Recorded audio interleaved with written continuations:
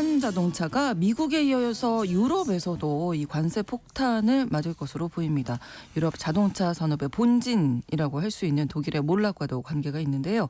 여기에 중국이 보복 관세로 맞서면 독일 자동차 산업 더 어려워질 수밖에 없겠죠.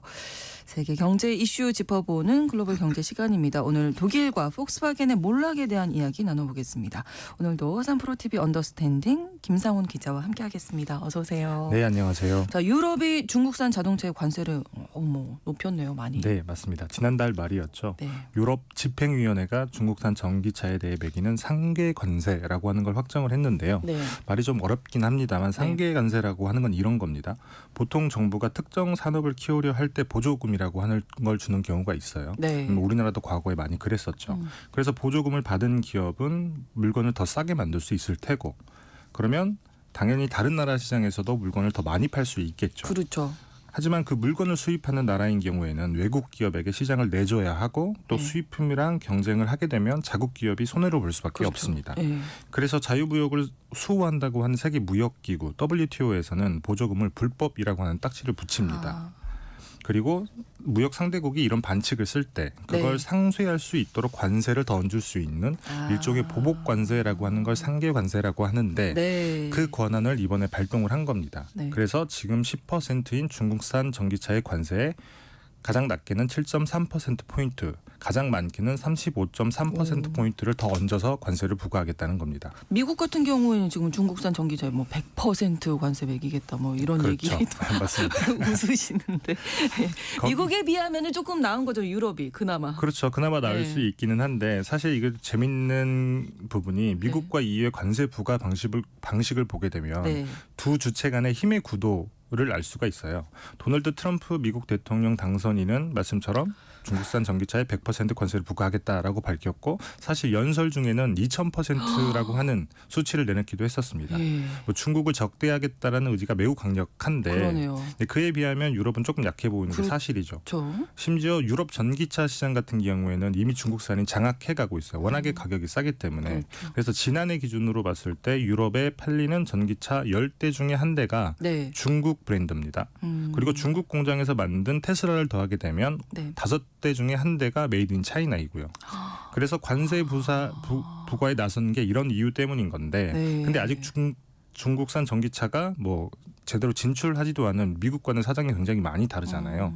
그럼에도 불구하고 미국이 물리는 추가 관세 4분의 1 정도밖에 안 되니까 이상하다고 할 수 있는데 네. 이유는 이런 거예요. 미국은 중국보다 모든 면에서 우위에 있습니다. 그렇죠. 그러니까 일방적으로 관세를 확 높일 수 있는 거고 유럽은 그 반대입니다. 중국에 오히려 종속되어 가고 있는 분위기다라고도 볼 수 그래요? 있을 만큼인데 아이러니하게 중국산 전기차에 관세를 부과하는 걸 가장 강력하게 반대했던 나라가 또 독일이에요. 그래요? 맞습니다. 유럽의 맹주 독일인데 유럽에서 중국과 이해관계가 가장 겹쳐 있는 나라가 중국이기도 그렇죠. 하고요. 독일도 차 하면 빠지지 않잖아요. 맞습니다. 그래서 중국의 심기를 건드리지 않을 정도의 명분을 손에 쥐고 있어야 되는 거고 그래서 소극적일 수밖에 없었던 거예요. 이번에 매긴 관세 같은 경우에도 각 브랜드별로 달라요. 네. 그래서 BYD에는 17%, 네. 지리차에는 18.8%, 국유기업이라고 해서 중국의 국유기업인 상하이 자동차에는 35.3%, 그리고 폭스바겐, BMW 중국 공장에서 만든 전기차에는 20.7%, 테슬라에는 7.8% 이렇게 각각 다른 이유가 중국 정부에서 받은 보조금을 EU 집행위원회가 명확하게 계산을 했다라고 하는 단서를 달아놓은 겁니다. 그래서 각 브랜드별로 이만큼의 보조금을 받았으니 너네는 이만큼의 추가 관세를 내라고 하는 겁니다. 독일이 왜 반대를 했던 건가요? 이상해도 조금 많이 이상하죠. 네. 중국산 전기차가 유럽을 장악하게 되면 가장 큰 피해를 보는 게 독일이고 또 독일에 그럼 있는 관세를 더 자동차 3사의 부과하자 브랜드. 이렇게 나와야 맞습니다. 되는 게 상식적인데. 그렇죠. 자기네들 도와주겠다고 하는 관세니까. 앞에서 잠깐 힌트가 나오기는 했어요. 폭스바겐이나 BMW가 중국 공장에서 만든 뒤에 유럽에 역수출을 하는 전기차에도 관세를 20%로 추가로 물리겠다라는 안이 포함되어 있다고 말씀을 드렸잖아요. 네네. 사실 폭스바겐이 독일 국민차이고 유럽의 최대 자동차 메이커이긴 하지만 뭐 이렇게 표현해도 될지 모르겠습니다만 사실상 본진이 중국이 된 지는 꽤 오래됐습니다. 아, 그래요? 네, 불과 2022년까지만 해도 중국에서 가장 많이 팔리는 자동차 브랜드가 폭스바겐이었고요. 지난해 2023년에는 중국의 비아리에게 1위 자리를 내주긴 했습니다만 네. 폭스바겐 그룹에 딸려있는 아우디, 포르쉐, 벤틀리 이런 고급 브랜드까지 포함하게 되면 여전히 1등이거든요. 그리고 2010년대 중반까지만 하더라도 압도적으로 1위인 그 브랜드가 폭스바겐이었는데 지난해 폭스바겐 그룹이 자동차를 가장 많이 파는 곳이 어디냐면 바로 중국입니다. 323만 대를 팔았는데 네. 단일 국가라는 압도적인 최대 시장인 거죠. 독일에서는 114만 대 정도를 팔았고 서유럽 전체로만 놓고 봐도 중국에서 판 것보다 조금 적은 314만 대예요. 아, 차이가 많네요. 맞습니다. 네. 그래서 유럽에서 만들어서 중국에 판다라고 하면 이게 큰 상관은 없는데 이미 중국의 부품 공장을 비롯해서 거의 40개에 가까운 그렇겠죠. 공장을 지어놓고 있습니다. 네, 네. 그래서 원래 본진인 독일에는 10곳의 공장이 있는데 중국의 공장이 훨씬 많은 거죠. 그래서 거기서 만든 자동차를 중국에도 팔고 그리고 다시 역수출을 해서 독일로도 가져오는데 그렇기 때문에 니네들한테도 추가 관세를 매겨야겠다라고 얘기를 하는 겁니다. 그래서 심지어 최근에 폭스바겐이 구조조정안을 발표를 했는데 네, 네. 본진인 독일의 공장 3곳을 문을 뉴스가 닫겠다고 나왔어요. 네, 맞아요. 선언을 했었죠. 근데 반면에 중국에서는 오히려 투자를 더 늘리고 있습니다. 그러면 중국 눈치를 폭스바겐 볼 수밖에 없는 거죠. 볼 수밖에 없는 맞습니다. 정말 심기를 건드리지 않는 그렇죠. 정도의 그래서 예. 중국산의 전기차 관세를 부과하게 된다고 하면 일단 당장의 자국 기업인 폭스바겐이나 BMW가 타겟이 되는 거고 그렇죠. 그리고 그것보다 훨씬 더 큰 게 중국 본토에서 역으로 보복을 당할 수 있다는 거예요. 그렇죠. 이게 우리도 많이 당해봤잖아요. 혐한 정서에 맞아요. 예. 혐한 정서를 핑계로 해서 불매 운동 같은 게 벌어지게 되면 가뜩이나 이리저리 수성하는 게 쉽지 않은데 그렇죠. 그러면 훨씬 더 이렇게 타격을 입을 수 있다. 예. 이제 그런 걱정을 하고 있는 겁니다. 설명을 들으니까 힘의 논리가 맞습니다. 확실하게 이해가 됐는데 폭스바겐만 그런 건 아닌 건가요? 네. 폭스바겐만 그런 건 아니고 아주 상징적인 기업이 또 하나가 있어요. 폭스바겐이야 사실상 본진이 중국이라고는 하지만 네. 여하튼 독일인인 포르쉐 가문이 완벽하게 소유하고 또 장악을 하고 있습니다. 근데 독일의 또 다른 자동차 산업의 상징이라고 할 수 있는 메르세데스 벤츠. 네. 여기를 보면 모회사가 다임러 그룹이라고 하는 곳이 최대 주주예요. 네. 근데 이 다임러 그룹의 최대 주주가 중국의 국유 기업인 베이징 자동차고요. 그 다음 대주주 자리가 중국 지리차입니다. 그래서 이 둘의 지분을 합하면 20% 정도가 되니까 물론 20%의 지분으로 경영을 좌지우지할 수 있는 건 아닙니다만 여하튼 중국의 입김이 많이 들어갈 수밖에 없다는 거죠. 와, 어느새 중국이 이렇게 깊이 개입돼 있었군요. 맞습니다. 네. 왜 그런 건가요? 이게 조금 역사적 맥락이라고 하는 게 있는데 지난 20년간 독일의 성장 엔진은 사실 중국이었어요. 우리나라보다 조금 비슷하긴 한데 2000년대 초중반만 하더라도 사실 독일 같은 경우에는 통일 후유증 때문에 유럽의 병자라고 불렸었습니다. 네. 근데 2005년에 앙겔라 메르켈 총리가 취임을 하면서 이제 반전이 시작이 된 건데 그렇죠. 예. 저는 개인적으로 이걸 앙겔라 메르켈 모델이라고 부르긴 하는데 공식 용어는 아닙니다만 네. 이 메르켈 모델의 핵심이라고 하는 게 뭐냐면 일단 폭스바겐, 보쉬, 바스프 이게 각 분야에서 세계 1등하는 대기업이거든요. 이런 1등 대기업들을 중국 시장에 먼저 진출을 시킵니다. 그러면 거기서 완제품이나 중간재 제품을 만들어서 팔겠죠. 네. 그러면 수많은 부품과 소재 이런 것들이 필요해요. 그렇죠. 그래서 그 일을 독일 자국에 있는 강소기업, 우리가 흔히 미텔슈탄트라고 부르는 그런 강소기업들에게 맡기는데 네. 그러면 당연히 중국발 수출이 굉장히 많이 늘어나겠죠. 그렇겠죠. 그리고 여기에 하나 더 더해서 러시아산 값싼 천연가스를 들여와서 이 미텔슈탄트의 원가 경쟁력도 높여주는 겁니다. 그래서 이게 병자였던 독일을 유럽 맹주로 일으킨 일종의 성장 방정식, 공식 이렇게 표현을 할 수 있는데 네. 실제로 독일의 대중국 수출 같은 경우 보면 프랑스나 영국, 이탈리아 이런 강대국들이 다른 강대국들의 중국 수출을 합한 것보다 2배 정도나 많아요. 그렇군요. 엄청 많다는 거죠. 그래서 이런 이유 때문에 사실 메르켈 전 총리 같은 경우에는 중국이 국제사회에서 지탄을 받을 만한 일들을 굉장히 많이 하곤 했잖아요. 그때 공식적으로 중국을 탓하거나 비난한 적이 없습니다. 그래서 너무나 중국에 많이 의존이 돼 있네요. 그렇죠. 그래서 아무런 표현을 하지 않음으로써 두둔을 하는 그런 방식을 취했는데 그래서 밀월 관계라고 하는 표현을 썼던 것이고요. 그럼 지금은 어떤가요? 사이가 좀 나빠졌나요? 사이가 틀어졌다라고 볼 수는 없습니다만 네. 관계가 예전 같지 않은 건 사실이에요. 지난해 7월에 숄츠 내각에서 발표한 중국 전략이라고 하는 게 있는데 네. 이게 중국에 너무 의존했다는 반성이 담겨 있습니다. 그러니까요. 달걀을 한 바구니에 담으면 당연히 그 바구니가 깨지면 모든 달걀이 깨지잖아요. 그렇습니다. 그래서 생산 기지를 동남아로 옮기거나 혹은 수출 시장을 다변화하는 노력을 해야 된다라고 하는 내용들을 담고 있는데 네. 근데 사실 중국 같은 경우에는 더 이상 뭐 독일의 제조 기술 이런 것들이 필요하지 않기 때문에 네. 사실 독일 예전에 그 중국이 독일의 진출을 반겼던 독일 대기업들의 국내 진출을 반겼던 이유 중에 하나가 독일 대기업들은 제조기업들은 기술력이 굉장히 좋잖아요. 그렇죠. 그래서 파트너로 삼으면 좀 뽑아먹을 게 많을 것 같다. 속된 말로. 예.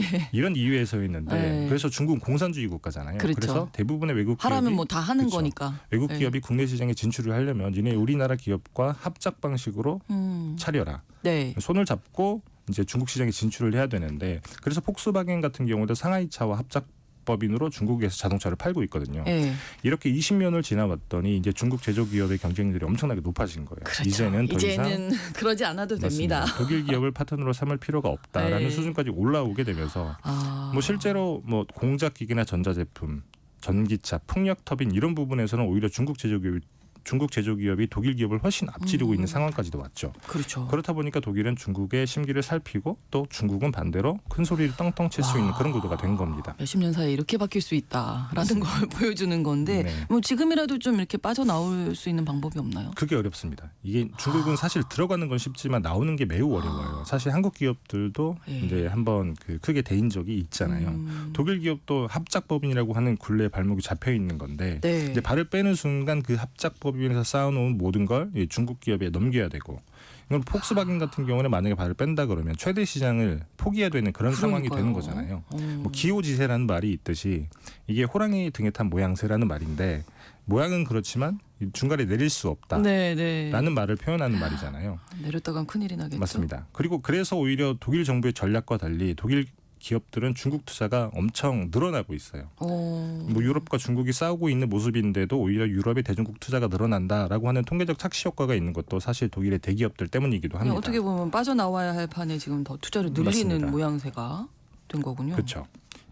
이게 뭐 두 번째 아이러니 같은 건데 이게 또 중국 전기차 때문이기도 해요. 이제 화석연료 시대에서 사실 독일은 자동차 왕국이기도 했고 그럼요. 그 상징이 폭스바겐, 벤츠 그리고 BMW잖아요. 그렇죠. 근데 전기차 시대에서 사실 독일 자동차는 설 자리가 지금은 없습니다. 네. 폭스바겐이 야심차게 내놓은 전기차 중에 하나가 ID4라고 하는 전기차가 있는데 사실 뭐 형편없다라고 소문이 너무 많이 나서 네. 그래서 사실 전기차 시장은 비아디 같은 중국 브랜드나 테슬라의 각축전이고 여기에 우리나라의 현대기아차가 끼는 정도인데 이걸 바꾸려면 사실 독일의 대기업도 중국 기업과 손을 잡을 수밖에 없는 겁니다. 그러네요. 그래서 뭐 전기차 시대에 그나마 조금 명암을 내밀려면 중국 기업들과 합작을 해서 기술 개발도 하고 공장도 세워야 하는 건데 그러니까 당연히 투자가 늘 수밖에 없는 것이고요. 네. 실제로 뭐 독일 어려워서 공장문 닫겠다고 한 폭스바겐 같은 경우에 지난 4월에 굉장히 큰 돈을 들여서 중국의 전기차 공장을 세우겠다라고 하는 계획을 발표하기도 했고요. 네. 이미 중국에 세운 전기차 R&D 센터라고 하는 게 6곳에 달하고 중국 기업과 맺은 파트너십도 12건이 넘습니다. 전기차 분야에서. 최근에 가파르게 늘고 있는 모양새인데 뭐 정도의 차이긴 하지만 벤츠나 BMW 사정은 마찬가지고요. 그리고 또 하나 이게 좀 상징적인 건데 폭스바겐 같은 경우는 전기차 설계를 중국 상하이 R&D 센터에서 하거든요. 이게 자동차의 핵심은 사실 설계예요. 그렇죠. 그래서 내연기관차 시대에서는 네. 독일에서 설계를 하고 그걸 가지고 중국 공장에서 차를 제조를 했었는데 네. 이제는 뭐 힘의 구도가 바뀌었다고 하는 게 전기차의 설계는 이제 중국에서 하겠다는 거니까 이걸 조금 많이 극명하게 보여주는 사례이기도 합니다. 그래서 독일 입장에서는 전기차 시대에 도태되지 않으려면 오히려 더 중국에 깊숙이 발을 담가야 하는 그런 딜레마적인 상황에 놓여 있다라고도 볼 수 있는 거죠. 사실 이건 독일 자동차 3사만 그런 것도 아니고요. 과거 피아트로 불렸던 이탈리아 자동차 메이커인 스텔란티스도 중국의 손을 빌려서 전기차 비즈니스를 하고 있고 이건 프랑스의 르노도 마찬가지입니다. 그래서 적어도 자동차 산업에서는 아쉬운 건 중국이 아니라 독일 그리고 유럽일 수밖에 없다는 겁니다. 판도가 이렇게 변했습니다. 그렇습니다. 그러면 유럽과 중국이 뭐 협상을 계속 지금 이어가고 있긴 하나요?